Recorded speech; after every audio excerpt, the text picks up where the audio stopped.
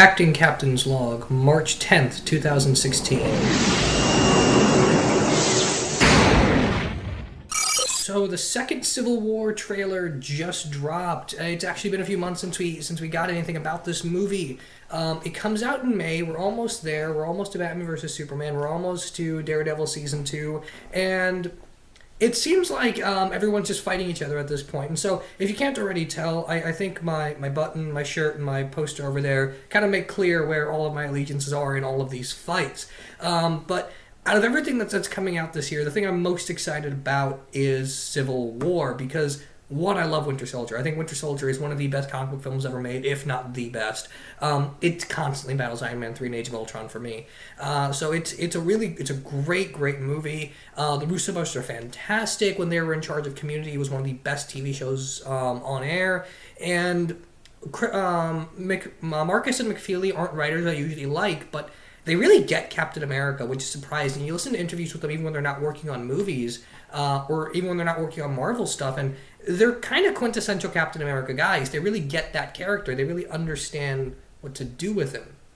So, without further ado, let's go ahead and talk about all of the developments we got from this trailer. Point one being an interview I saw with Robert Downey Jr., where he said that Captain America Civil War is his Iron Man 4. Now, Downey has been pretty clear about what his role in this movie is, what side he takes, both outside of the casting and within the universe.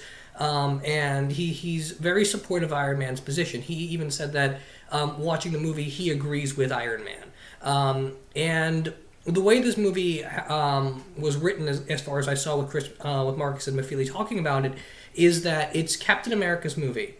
And Iron Man is sort of the role we'd see, is sort of the dual protagonist. And so those two characters get the most amount of screen time, but everything tonally, everything character-wise stems from Captain America's experience of what's going on. And so the way the story is structured is that we have Iron Man, who is the occasion for story, and we have Steve Rogers, who reacts to the story, and then all of the other characters have arcs dependent on where they how they read the story, the breaking status quo that Tony creates.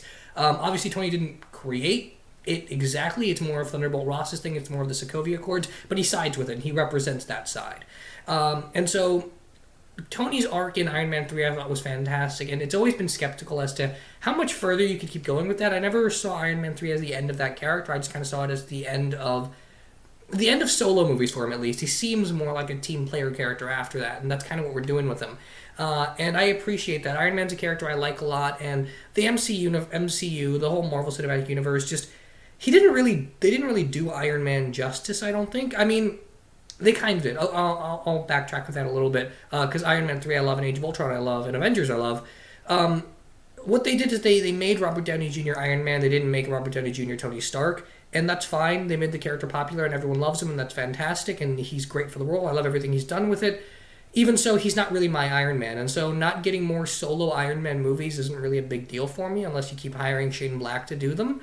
And so just making him a team player is fine, because you really are just appeasing the crowd that likes that style of the character, and that's perfectly fine by me.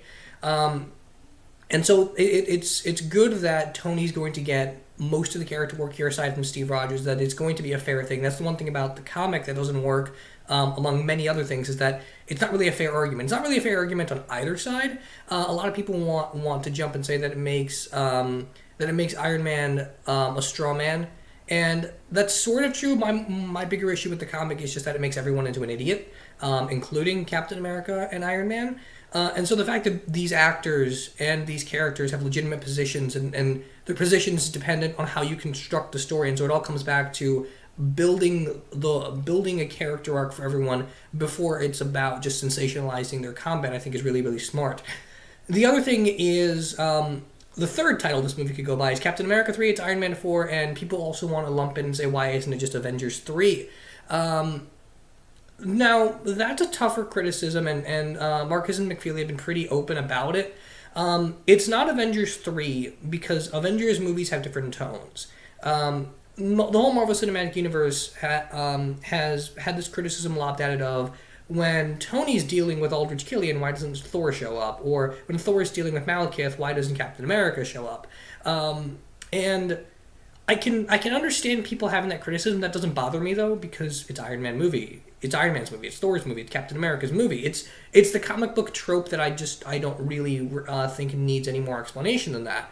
Thor is a fantasy character. Iron Man's more of a political tech character, a technocratic character, I guess would be the word.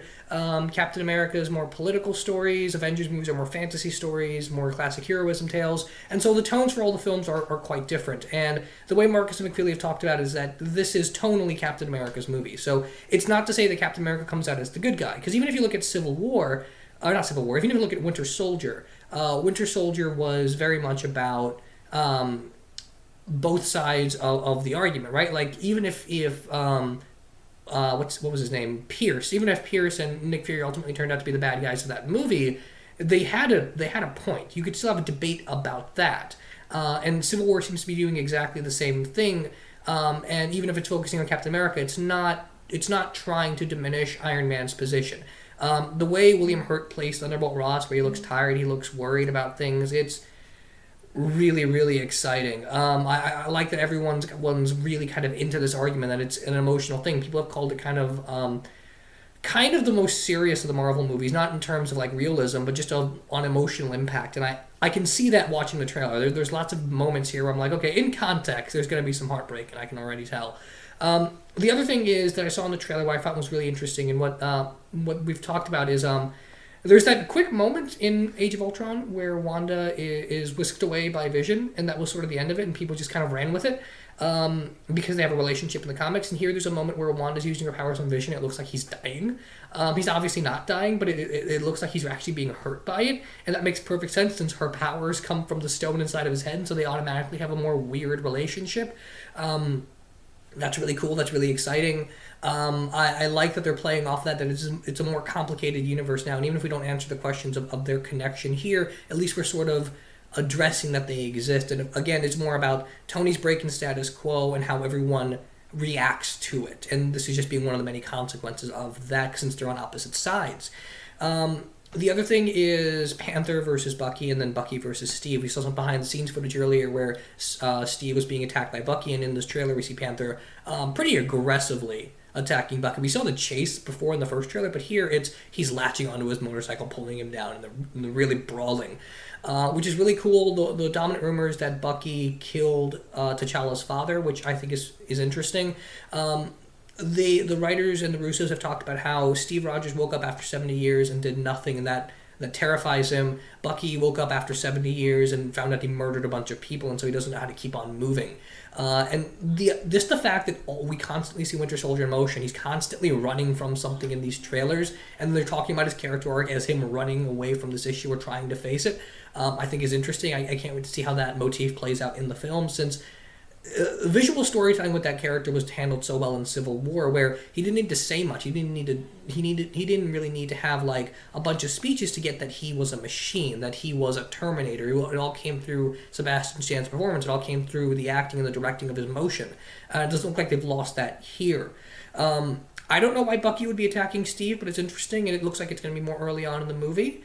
The other thing is, there's a line by Tony where he says the whole world was wrong about you, and he looks like he's talking to both Steve and Bucky, but probably more directed towards Steve. I like that we've already had a strained relationship between these two characters. They've already had pretty contrasting worldviews to begin with, and they've sort of been able to put them aside. And here they're really bubbling. They're really taking shape. But the idea that Tony would resort to the reputation of the man before he'd resort to the argument of the man makes a lot of sense, because he's such a reactionary character, and so much of his worldview is based on the reaction the world had to his father, right? Like he's a kind of a quintessential rebellious character in that way. Everything he did was sort of a response based to what his dad was like and what the world expects of him and what the world treated him as. And so the fact that he attacked how people see Captain America is perfectly reflective of him, and I really like that.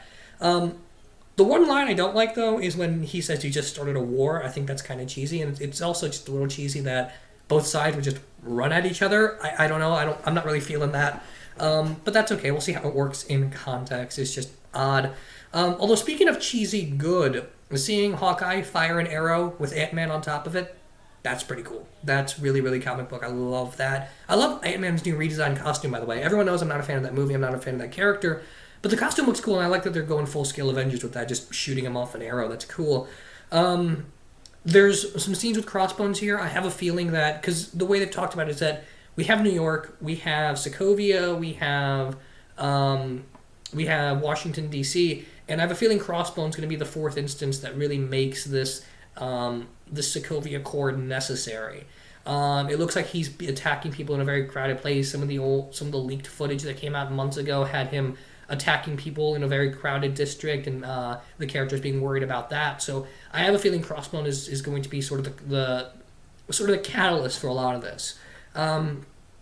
And I like also the final thing I want to mention before we get into the thing I know everyone's waiting for me to mention. The other final thing I want to mention before we get to that is when Tony's kicking the crap out of Steve, he says, "I can do this all day," and immediately going back to the first Captain America film where he said that. And Captain America has sort of an arc, not an arc, but he sort of has like a running gag throughout all these movies where he gets really exhausted in the middle of these and he just keeps going. There's a lot of those callbacks here. Bucky putting his arm on Cap's shoulder, Cap putting his arm on Bucky's shoulder. There's lots of interesting visual motifs that represent how these characters have grown.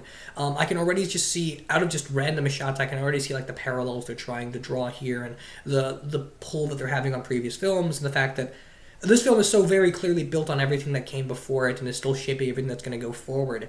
It seems like sort of the perfect point for this movie, too, because one of my fears early on was that it's too early to do Civil War, and it doesn't really seem like it anymore. It seems like this was the point. This seems like this would be the breaking point. We did confirm that the runtime is now officially 2 hours, 27 minutes, I think it was. So it's the longest MCU film, 4 minutes longer than the first Avengers film. And so everyone's pretty excited about that, and if there's a longer cut, I'd watch it. I mean, I'm really excited about this. I love the Russo's directing style. I love how this looks so far visually, tonally, everything. And now the elephant in the room, the thing everyone wants to mention. First shot of Spider-Man. First shot of Spider-Man holding Captain America's shield, webbing up his hands. Really, really, really cool. Okay, let me say the one thing I don't like really quick. When you hear his voice, it sounds like X-Men First Class post-editing dubbed over kind of line where his voice is sort of coming from everywhere. Same thing with Bane and Dark Knight Rises kind of thing. That might just be a trailer thing. That might just be he says that line for the trailer to get a sense of Tom Holland's voice as Spider-Man, and he doesn't actually say that in the movie. That's cool. I just don't like the way that's edited in there. It feels kind of awkward. His costume looks spectacular. I absolutely love his costume. I love the black lines on places. There's a weird mechanical noise when his eyes squint, which I imagine is the in-universe explanation of Tony just gives him like a goggles or something. So you can have the full expressive eyes. But the fact that we have them at all is really, really exciting. The costume is the best, I think, Spider-Man costume we've ever gotten. It looks fantastic. Although that's not saying much because we've had screen-accurate Spider-Man costumes for years, ever since the Raimi movie. So the fact that they're able to diverge from that and still stay true to it is really cool. He actually reminds me. I'm not a big Spider-Man fan, so maybe I'm off of this, but he kind of reminds me of Steve Ditko's Spider-Man. I don't know what it is, but something about like the bright reds, but then the inherent darkness of the red kind of has that feel to it. It even has sort of the same feel as Alex Ross's Bucky Cap costume redesign, at least to a little bit of a degree, where it's got a very bright contrast in some darker areas. Full expressive eyes look fantastic. The fact that he's on Team Tony, I'm not entirely sure about, though in the comics, and most of my Spider-Man knowledge comes from stuff Spider-Man appears in, not stuff I read with Spider-Man. But I'm not sure how they're going to play it in the film, but in the comics, in the Iron Man stuff I've read, Spider-Man does apparently look up to Tony. But he also looks up to Steve, so it's going to be kind of interesting to see which side they play off of more. There's a fantastic episode of Avengers Earth's Mightiest Heroes where Spider-Man interacts with Captain America that I love a lot. But there's also a fantastic issue of Matt Fraction's Iron Man where Spider-Man and Iron Man hang out. And so that loyalty is going to be interesting to dissect. I'm going to be interested to see how much of the movie he's really in. Overall, this looks fantastic. I'm really, really excited for this movie. It's the definition of epic. And it's proven, too, you know. Marcus and McFeely may not be the best writers overall, but their Captain America scripts have been phenomenal. The Russo brothers' directing has been phenomenal all the way through. Even outside of even outside of the MCU, even if the scripts they direct are inferior, these guys know how to shoot a movie. These guys know how to tell story visually. So I'm really, really excited. I can't wait for this to come out in May. Let me know what you guys think in the comments, whether you agree or disagree with anything I said. And Team Captain America, Team Iron Man. Obviously, I'm Team Captain America, but I would love to know what you guys think in the comments. Maybe we can start our own little comment civil war. Thanks, guys, for watching, and I'll see you next time.